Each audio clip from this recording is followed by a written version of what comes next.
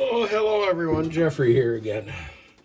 I'm actually going to start working on the Knucklehead finally. I know I said I was going to right at the first, but it just didn't happen. Nothing fancy in my little place I got set up in my basement.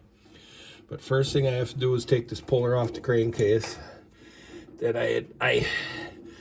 the main shaft was, the rollers were so dry and the main shaft was actually stuck in the race, and had to set up a press, which was this puller, in order to press the main shaft out. So as I work on this thing slowly, I'm going to give you some of my history with it. I want to try and get some vinyl gloves for cleaning parts. I never used to use them, but I'm thinking a little bit more about that nowadays. So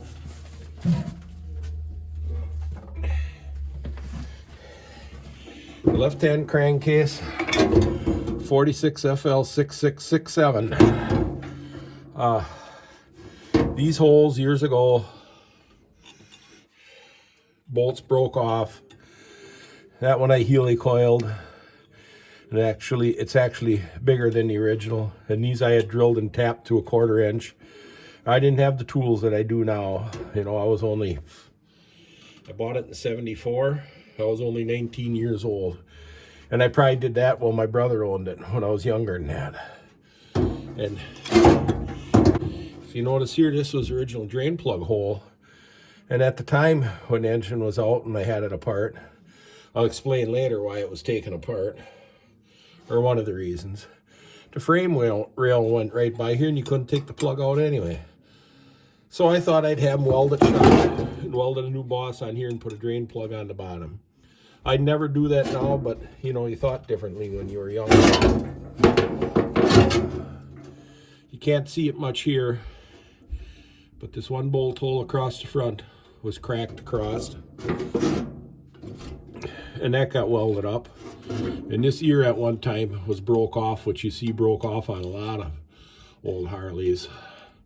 If the engine comes loose and vibrates, this is about the first one to break off.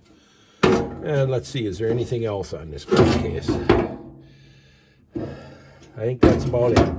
But now when it was dry, when I took it apart, this shaft and the bearings were stuck in there that I actually had to press it out. So I'm going to start with cleaning up this half.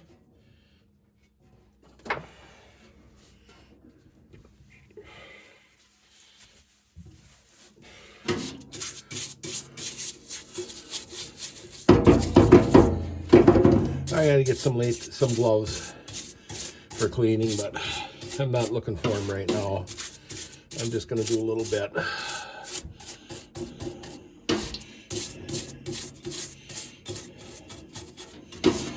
When I put this together the last time, probably 25 years ago, I actually seized it, I think about, it's got to be about 8 years ago, maybe even 9 or 10 years ago, and I just never got to it. But when I put it together last time, 25 years ago, I thought I'd never be taking it apart again. But never say never.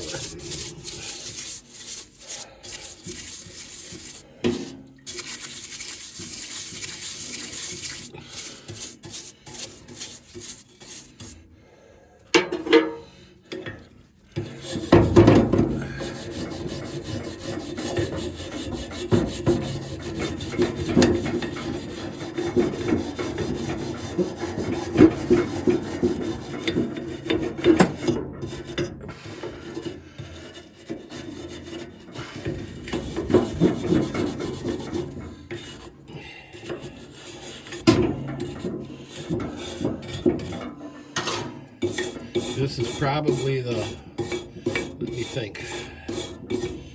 Once when I first got it, when this welding was done on it, once about 1975, no, once about 1976, the engine was apart completely.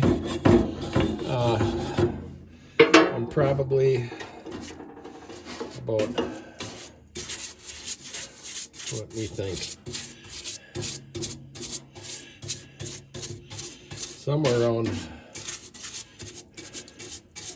1990, so that'd be 35 years ago. It's the last time I had it completely apart.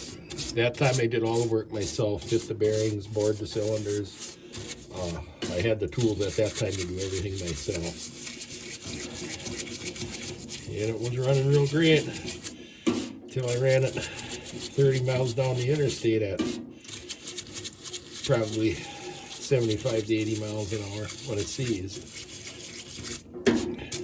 So you don't have to sit me watching clean all of this, every minute of it. I'll bring you back when I have it cleaned up some so you see what it looks like. And this is going to be probably a series of a lot of videos, short ones, because I just work on it here and there. When I get the notion to walk downstairs and work on it and do a little bit.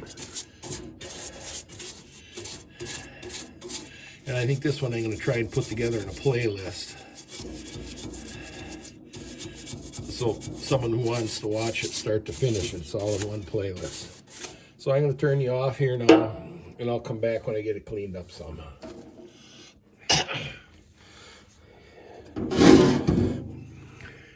Here I have to show you that. There's the debris from the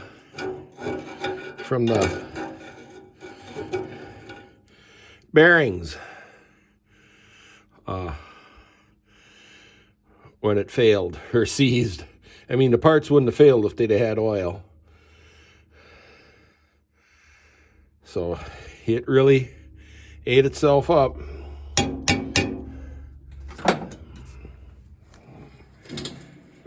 Well, I think this is good now for preliminary cleaning.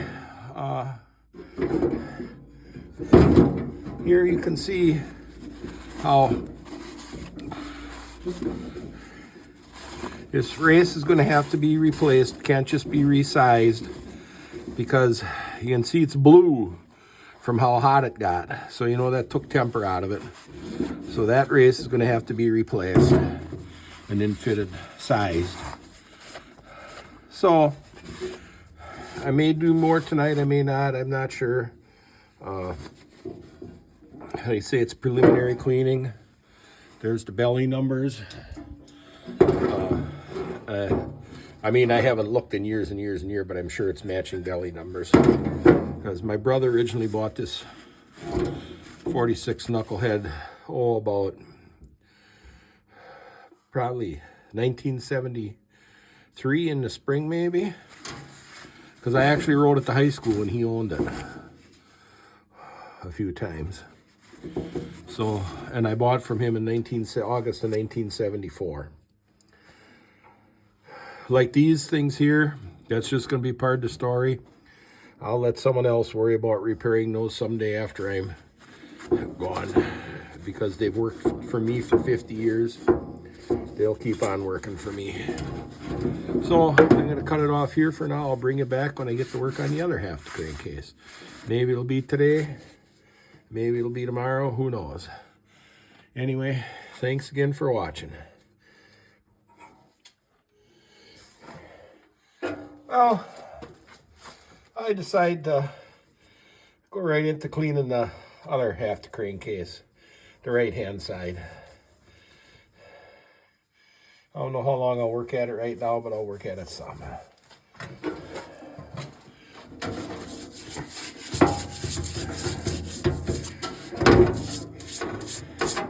I'll get it cleaned up enough so I can show you one of the reasons, or one of the repairs made to this crankcase when it was first taken apart. First time we took it apart. And we didn't actually take it apart. At that time, like I said, When my brother bought it, I was 17 or 18 years old. We didn't have any tools for working on hard. You know, it was pretty new to me. He had owned a 1945 civilian 45 two-wheeler before that, which I worked on when I was a sophomore and freshman in high school. But we had taken the cylinders off for painting, but we had never taken the bottom end apart. But this one, I know it was, he would have bought it in like 1971, maybe, because it would have been in the, I think the spring of 72.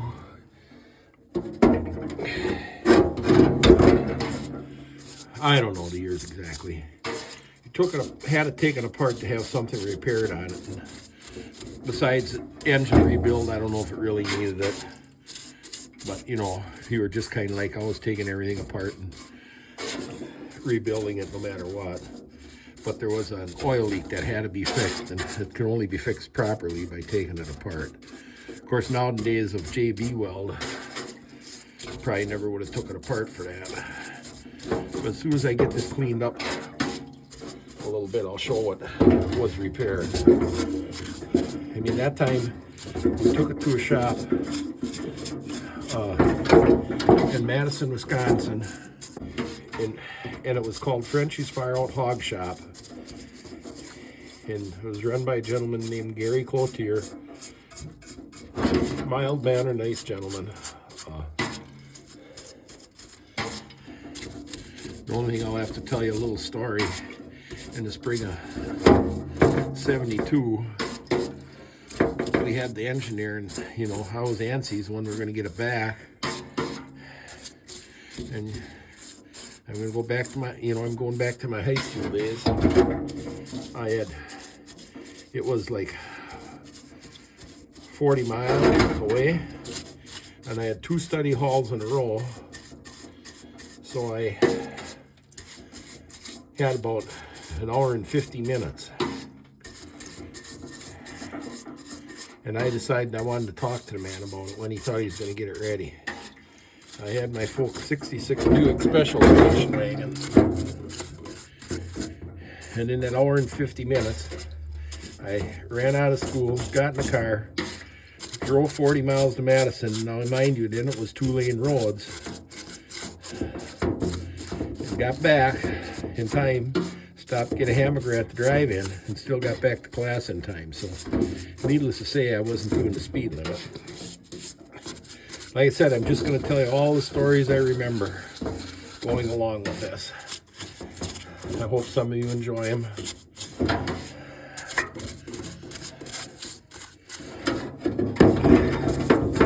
You can see this.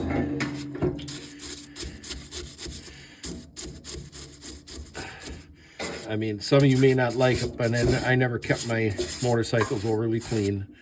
I always said oil and grease on them was a natural preservative.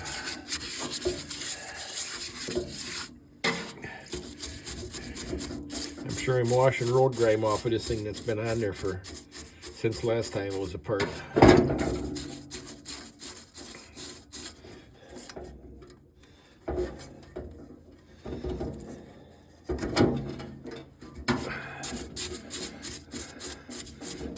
And like I said, it's just a preliminary cleaning.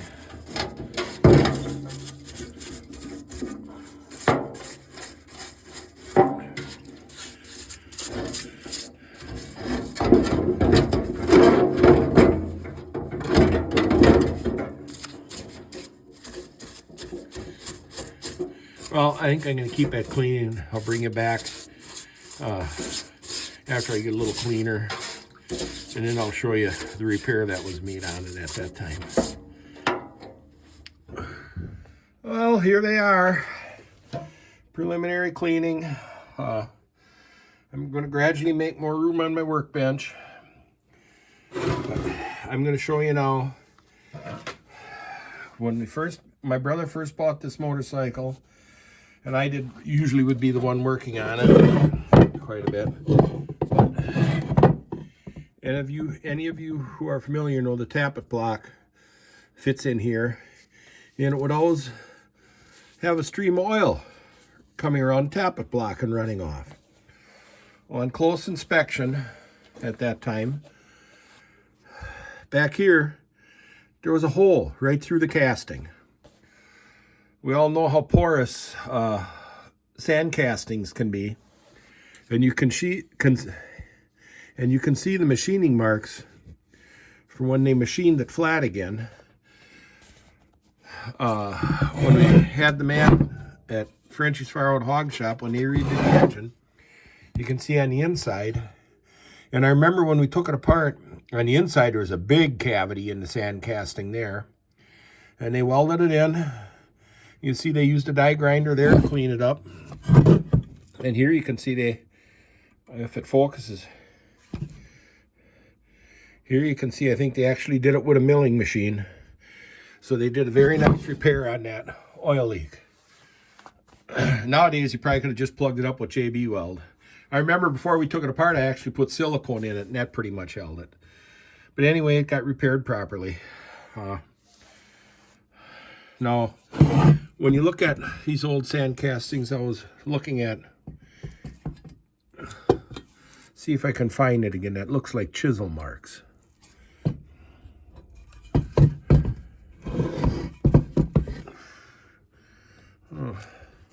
Let's see, I'm trying to find it again.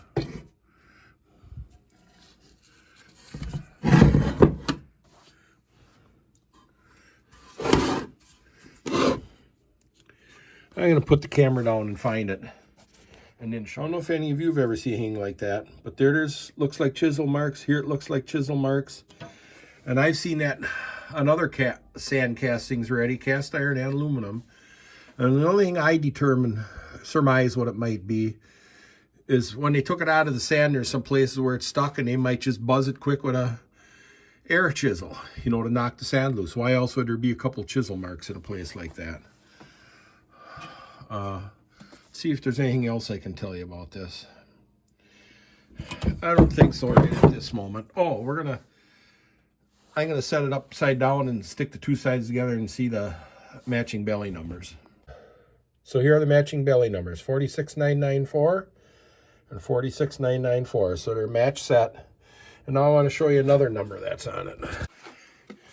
Here on the top of the rear mounts, there's a number 7 stamped in each case. I don't know what that represents or what it was for.